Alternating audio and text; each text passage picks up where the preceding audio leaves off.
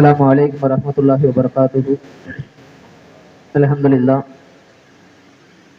அல்லாஹ்வினுடைய மாபெரும் கிருபையால தினமொரு நபியை அவங்களுடைய வாழ்க்கை வரலாற்றை மிகச் சுருக்கமாக அவங்களுடைய வாழ்க்கையில் நடந்த மிக சுவாரஸ்யமான ஒரு சில விஷயங்களை மட்டும் நம்ம பார்த்துக்கிட்டு வரோம். அதன் அடிப்படையில் இன்னைக்கு யாரு அப்படின்னா நபியுனா இலியாஸ் அலைஹிஸ்ஸலாத்து வஸ்ஸலாம்.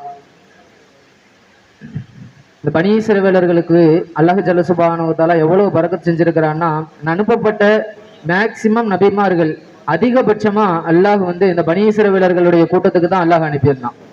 அதே போலதான் மூசா அலைஹிஸ்ஸலாம் அவர்களுக்கு பிறகு நீண்ட நெடு காலத்திற்கு பிறகு அந்த கூட்டத்தில் இருக்கக்கூடிய நிறைய நபர்கள் என்ன செஞ்சாங்கன்னா பெரும்பாலும் ஷிர்க் குஃப்ரிலேயே போனாங்க.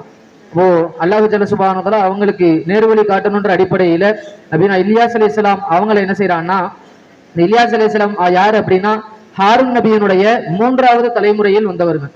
மூசா நபியினுடைய மூத்த சகோதரனான ஹாரூன் நபியினுடைய மூன்றாவது தலைமுறையில் வந்தவர்கள் தான் இலியாஸ் அலைஹிஸ்ஸலாம் அவங்க.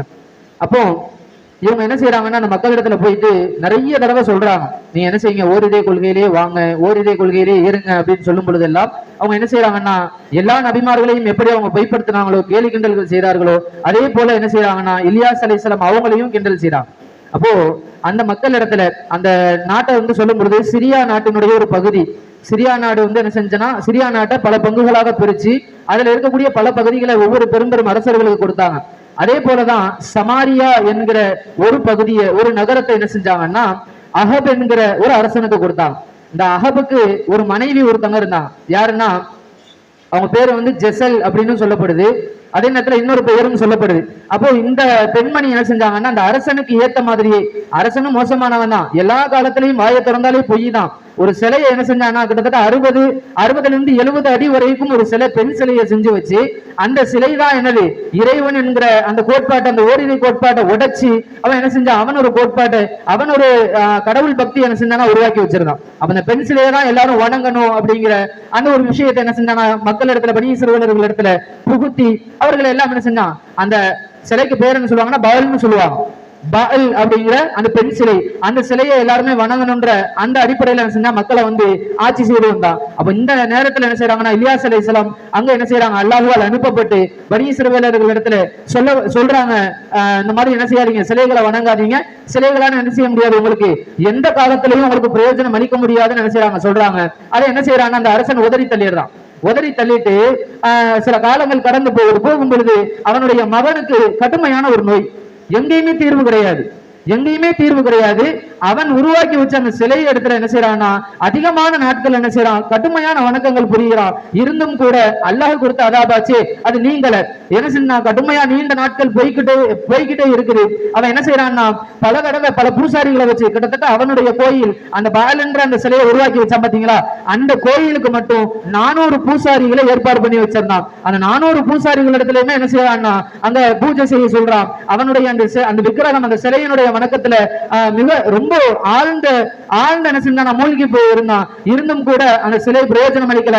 மறுபடியும் என்ன செய்யறாங்கன்னா இலியாஸ் அலைஹிஸ்ஸலாம் வராங்க, சொல்றாங்க, இந்த மாதிரி நீ அந்த சிலையை என்ன செஞ்ச நிறுவி வச்ச சிலையினாலதான் எல்லா பிரயோஜனமும் கிடைக்குதுன்னு வச்சிருந்த, ஆனா உனக்கே உன்னுடைய மகனுடைய நோயவே தீர்க்க முடியல அப்படின்னா அது என்னது கண்டிப்பா பொய்யானது தானே, இப்பவாது நீ புரிஞ்சுக்கன்னு சொல்லும் பொழுது அப்பவும் என்ன செய்யறான்னா இலியாஸ் அலைஹிஸ்ஸலாம் அவர்கள் இடத்துல கேலி கிண்டல்கள் செய்து அவன் என்ன செய்யறான் மறுத்துட்டு தன்னுடைய வாதம் தான், தான் எதை பின்பற்றனோ தான் எதை வணங்குகிறேனோ அதுதான் மிகப்பெரிய ஒரு சரியான ஒரு பாதை என்று என்ன செஞ்சானா எல்லா மக்களையும் முட்டாள்தனமாக்கி நம்ப வச்சிருந்தான். இதுக்கு காரணம் என்னன்னா அவன் செஞ்சு வச்ச அந்த சிலை இருக்கு பாத்தீங்களா, மக்கள் கேட்கக்கூடிய கேள்விகளுக்கு பதில் சொல்லுமா.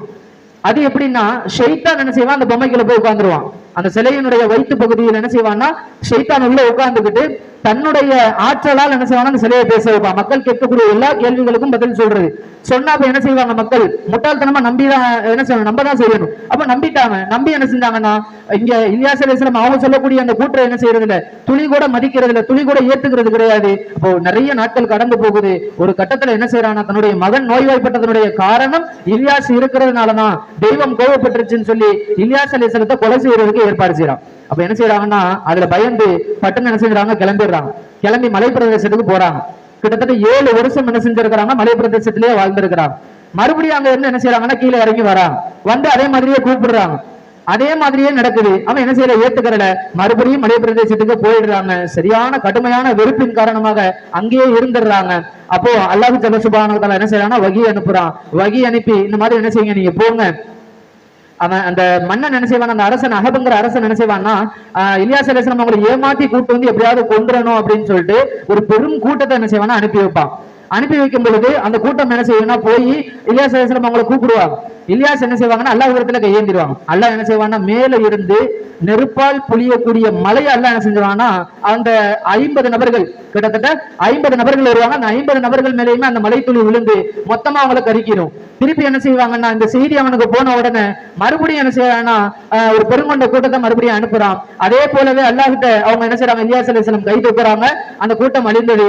மறுபடியும் என்ன செய்யறாங்கன்னா அவனுடைய அவையில் இருக்கக்கூடிய ஒரு முஸ்லீமை தேர்ந்தெடுத்து அந்த முஸ்லீம் இடத்துல சொல்லி அனுப்புறான், இந்த மாதிரி நான் இஸ்லாமை எப்படி ஏத்துக்கிட்டனோ இதே போல ஒரு பெரிய கூட்டம் இருக்குது, நீங்க என்ன செய்யுங்க, நம்முடைய அந்த சமாரியா நாட்டுக்கு வாங்க, நீங்க வந்து என்ன செய்யுங்க, அங்க இருக்கக்கூடிய அந்த நபர்களை எல்லாம் நீங்க என்ன செய்யுங்க இஸ்லாத்துக்கு கூட்டு வாங்கன்னு சொல்றான்.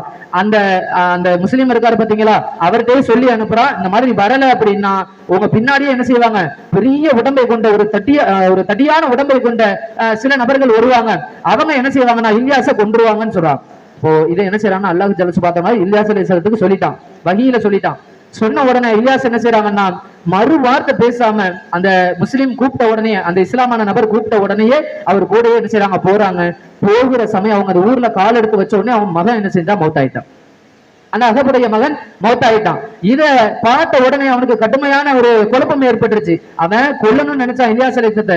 ஆனா அங்க நடந்தது என்னன்னா அந்த மகனுடைய மரணம் அவனுடைய மனதை மாற்றியது, அவன் முழுமையாக குழப்பத்தில் ஆழ்த்தியது. அந்த சமயத்துல அவனுக்கு என்ன செய்யறதுன்னே தெரியாம இருக்கும் பொழுது இலியாஸ் அலைஹிஸ்ஸலாம் என்ன செஞ்சாங்கன்னா மக்களிடத்துல மக்களாக ஊடுருவி அந்த ஊர்லயே என்ன செஞ்சாங்கன்னா சில பல காலங்கள் வாழ்ந்தார்கள் என்பது வரலாறு.